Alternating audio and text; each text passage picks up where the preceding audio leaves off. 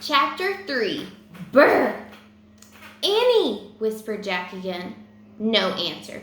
He put his book quietly into his pack. He stepped deeper into the cave. Annie, he said a little louder. Jack stepped on the bones. The wet dog smell grew stronger. He kept going deeper into the smelly blackness. He ran into something. He gasped. Jack, said Annie, is that you? Didn't you hear me calling? Jack whispered. We have to get out of here. Wait, she said. Someone's sleeping back there. Hear him snoring? Jack heard a low, deep moaning. It was loud, then soft. Loud, then soft. That's not a person, he said. That's a great cave bear.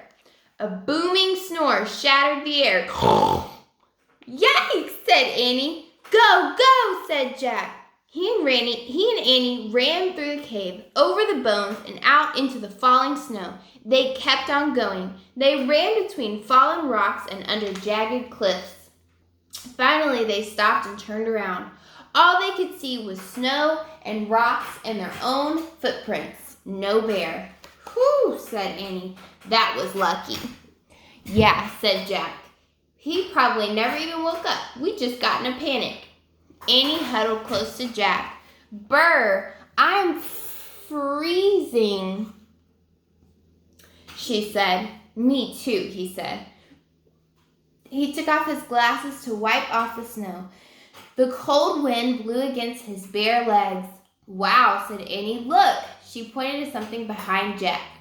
What? Jack put his glasses back on and turned around. Under a cliff was a wide ledge. Under the ledge was another cave.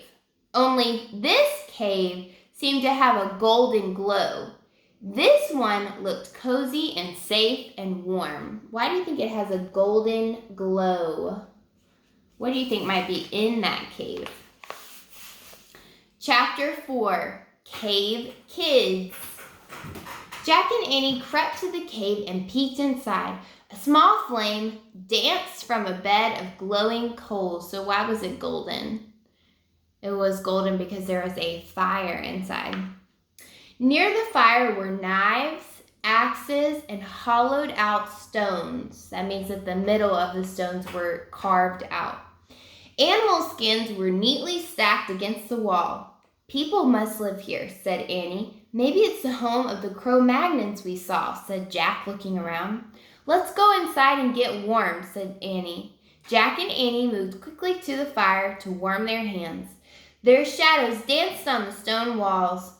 Jack pulled out his Ice Age book. He found a picture of a cave. He read, Cro-Magnons made many things from plants, animals, and stone. They made flute-like musical instruments from mammoth bones. They made ropes by braiding plant fibers, and they made axes and knives from stone. Jack pulled out his notebook and a pencil. He started a list. Cro-Magnons made bone flutes, plant ropes, stone axes, and knives. Ta-da, said Annie. Jack looked up. Annie was wearing a coat. It had a hood and long sleeves. It went all the way down to her sneakers. Where did you get that? Said Jack. From the pile of furry skins, said Annie, pointing. These must be their clothes. Maybe they're being mended. She picked up another coat and handed it to Jack. Try one, she said. It's really warm. Jack put his backpack down and towel down on the hard dirt floor. He slipped on the coat.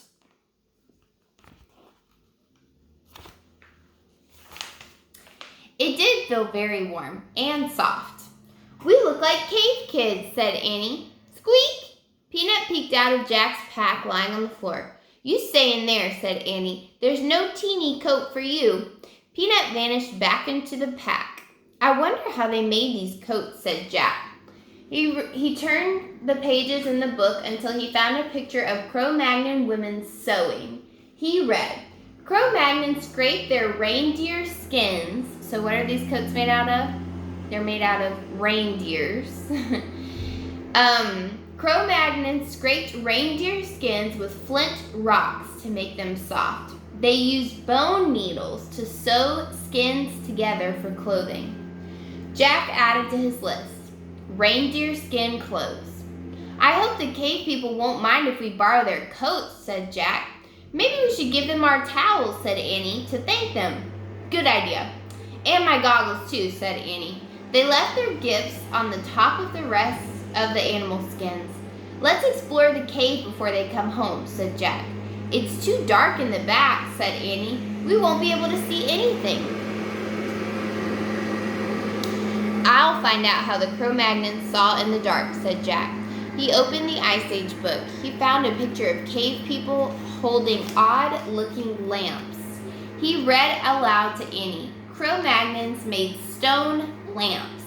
They hollowed out a rock, filled it with animal fat, then burned a wick made from moss. A wick is that part of the candle that you light. So it's kind of like a little stick that sticks up out of the candle. That's called a wick. So,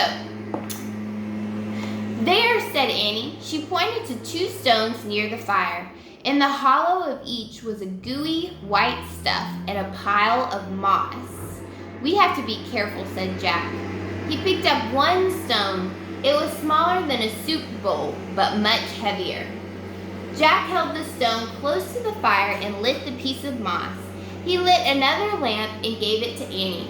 Carry it with 2 hands, he said. I know, she said. Jack tucked the book under his arm.